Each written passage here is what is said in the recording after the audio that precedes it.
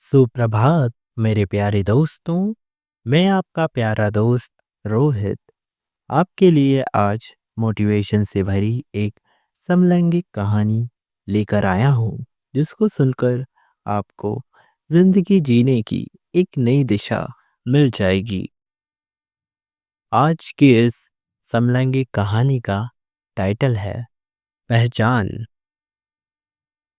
मैं नवीन आज आपको अपनी ज़िंदगी के संघर्षों और उतार चढ़ाव से भरी समलैंगिक कहानी सुनाने वाला हूँ। आज मैं 35 साल का हो गया हूँ और मेरा ये संघर्ष मेरे परिवार और समाज से था। मैं मुंबई का रहने वाला हूँ और मेरा ये संघर्ष तब शुरू हुआ जब मैं 18 साल का हुआ। उस समय मैं स्कूल में पढ़ता था। मेरे अंदर बहुत से बदलाव आने लगे। मैं लड़कों की तरफ आकर्षित होने लगा। मुझे कुछ समझ नहीं आया कि मुझे लड़कों में दिलचस्पी क्यों आ रही है। मैं तो लड़का हूँ और मुझे तो लड़कियों में दिलचस्पी आना चाहिए। मेरे साथ ऐसा क्यों हो रहा है? बहुत से सवाल मेरे दिमाग में थे। मैंने इंटरनेट पर सर्च किया, ऐसा क्यों हो रहा है? तब मुझे पता चला कि इसे होमोफोबिक कहते हैं। मैंने और सर्च किया कि इंडिया में और कितने लोग इस तरह के हैं, तो मुझे और जानकारी मिली। समलैंगिक होना कोई गलत बात नहीं है और ऐसे बहुत से लोग हैं जो गे कपल्स हैं और एलजीबीटी के बारे में मुझे धीरे-धीरे समझ आया। मैं समझ गया कि मैं एक गे हूँ। एक दिन हमारे स्कूल में सीनियर्स की फेयरवेल पार्टी थी। सभी लोग बहुत अच्छे कपड़े पहने कर आए थे और फेयरवेल पार्टी में डांस कर रहे थे, एंजॉय कर रहे थे। मैं साइड में बैठा हुआ था अकेले और एक सीनियर जिसका नाम अमित था मेरे पास आया और बोला कि तुम अकेले क्यों बैठे हो? आओ डांस करते हैं। मैंने कहा कि मुझे डांस करना नहीं आता। वो मेरा हाथ पकड़कर मुझे डांस करने के लिए अपने साथ ले गया और बोला, "अभी कुछ नहीं किया तो लाइफ में आगे क्या करोगे?" उसकी ये बात सुनकर मुझे लगा कि मैं खामखा ही डर रहा था और फिर मैं उसके साथ डांस करने लगा। मैंने अमित से उस दिन बहुत बात करी और वो उसका आखिरी दिन था स्कूल में। मैं अमित के साथ बहुत ज़्यादा कंफर्टेबल फ़ील कर रहा था और फिर हमारी दोस्ती हो गई। हम लोग कॉल पर बात करने लगे। वो मुझे अपनी कॉलेज लाइफ़ के बारे में बताने लगा कि कॉलेज में ऐसा होता है, वैसा होता है और वो मुझे अपने साथ बाहर बाइक पर घुमाने भी ले गया था। हम दोनों बस दोस्त की तरह ही बात करते थे, पर मेरे दिल में अमित के लिए फीलिंग्स आने लगी थी। कुछ ऐसी फीलिंग्स जो मैं किसी ख़ास इंसान के लिए ही महसूस कर सकता था। मेरे बोर्ड के एग्ज़ाम भी ख़त्म हो गए और मैंने सोचा कि मैं अपने दिल की बात अमित को बता दूँ।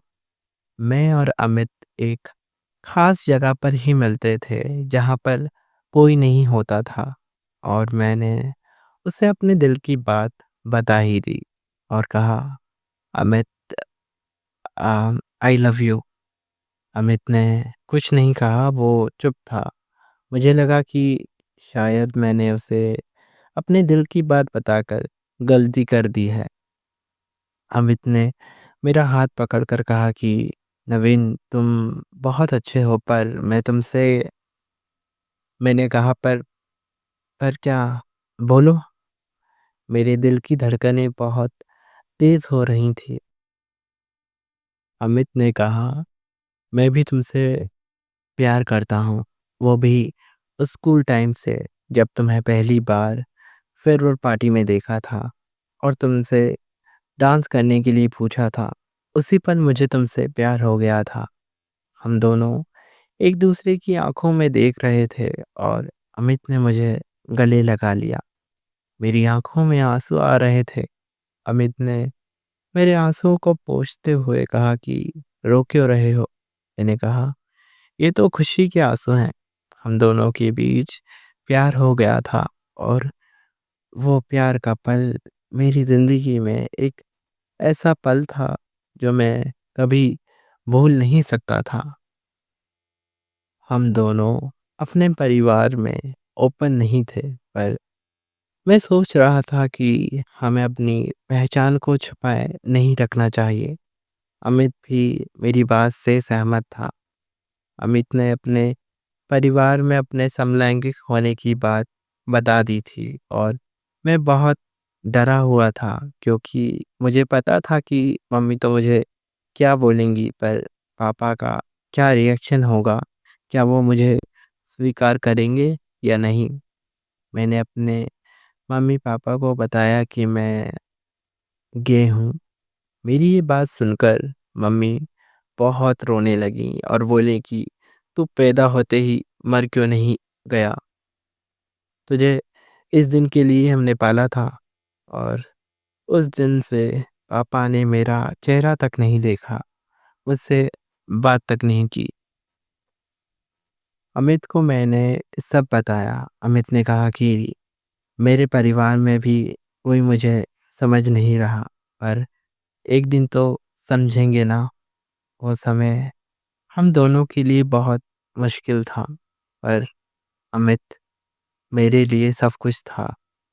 हम दोनों अपनी कॉलेज लाइफ जी रहे थे, पर पर्सनल लाइफ में अपने परिवार से बहुत दूर हो गए थे। मेरा जन्मदिन भी था, पर ना तो मम्मी ने मुझे विश किया और पापा तो बात ही नहीं करते थे। अमित ने मुझे मेरे जन्मदिन पर रात के 12 बजे कॉल किया और कहा, happy birthday to you, happy birthday to you, happy birthday my love Naveen. मैंने कहा, थैंक्स। अमित ने कहा, थैंक्स नहीं, मुझसे मिलने आओ। मैंने कहा, इतनी रात को कहाँ? अमित ने कहा, मेन रोड पर आओ, तुम्हारे लिए एक सरप्राइज़ है। मैं कपड़े चेंज करके जल्दी से मेन रोड की तरफ निकल गया। अमित मेरे जन्मदिन के लिए केक और गुब्बारे लाया था। वो मेरे पास आ रहा था बाइक से।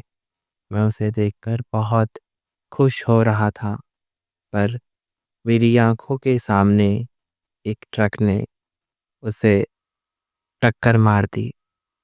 मैं दौड़ता हुआ उसके पास गया। अमित को ऐसे देख नहीं पा रहा था। मेरा प्यार मेरी आंखों के सामने दम तोड़ रहा था। मैं अमित से बोलने लगा कि तुम्हें कुछ नहीं होगा, अपनी आंखें बंद मत करना। मैंने अमित का हाथ अपने हाथ में पकड़ा हुआ था। अमित ने कहा, सॉरी, मैं तुम्हें मैं तुम्हें छोड़कर जा रहा हूँ। वो सारी यादें मुझे याद आईं जब अमित मेरे साथ था। मेरा प्यार मेरी आंखों के सामने ख़त्म हो गया और मैं डिप्रेशन में चला गया था। मैंने खुद को अपने कमरे में बंद कर लिया था। मैं कमरे से बाहर नहीं जा रहा था और मेरी माँ मुझे समझाने आई। उस मुश्किल समय में मेरी माँ मुझे समझने लगी। मेरी माँ ने कहा, बेटा, जो हो गया उसे हम बदल तो नहीं सकते, लेकिन ज़िंदगी को एक नए तरीके से जी तो सकते हैं। मुझे डिप्रेशन से बाहर आने में लगभग 5 महीने लग गए।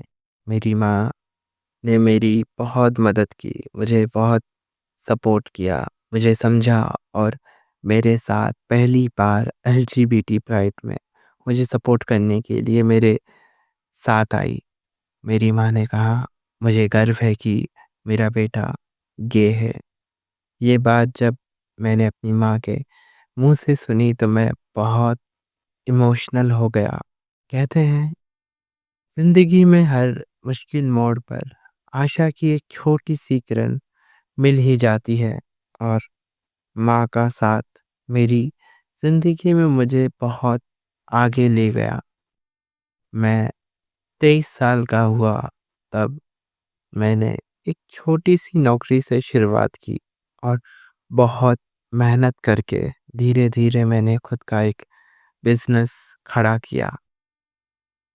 बिज़नेस में मुझे बहुत उतार-चढ़ाव का सामना करना पड़ा, पर मैंने कभी हार नहीं मानी।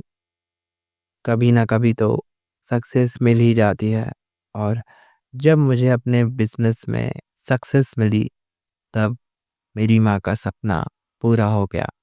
सब कुछ अच्छे से चल रहा था।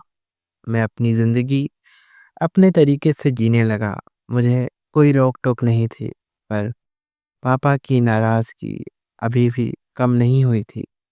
हर मुश्किल मोड़ पर मेरी माँ मेरे साथ ही थी, पर पापा भी कहीं तो थे, पर सामने नहीं थे।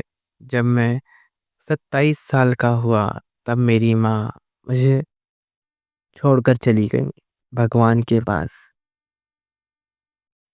मेरी आशा की किरण मुझसे बहुत दूर चली गई थी। अब मैं सोच रहा था कि मुझे अब कौन सपोर्ट करेगा। तब मेरे पापा मुझे सपोर्ट करने आए और बोले, बेटा कभी भी हार नहीं मानना चाहिए, चाहे बिजनेस हो या ज़िंदगी। तुम्हारी माँ बहुत स्ट्रॉन्ग थी, जिसने तुम्हारे जैसे बेटे को जन्म दिया। बेटा मुझे माफ़ कर देना। मैंने कहा, पापा आप ऐसे मत बोलो। नवीन के पापा ने कहा, बेटा समाज के डर से मैंने अपनी आंखें बंद कर ली थी।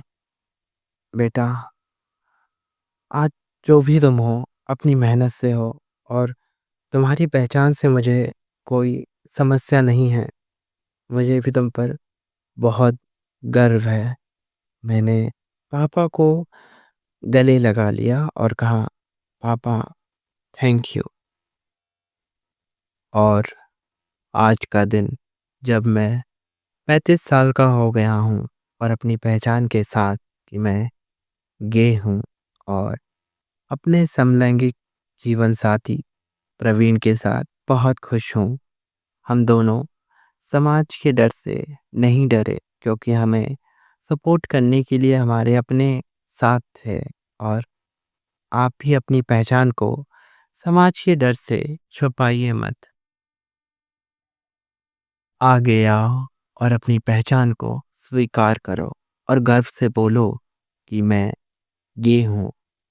दोस्तों, आपको ये समलैंगिक कहानी कैसी लगी कमेंट में ज़रूर बताएं और वीडियो को लाइक करें, शेयर करें अपने समलैंगिक दोस्तों के साथ और सुनते रहिए गे लव स्टोरी 2.0 को। Thanks for watching. Love is love.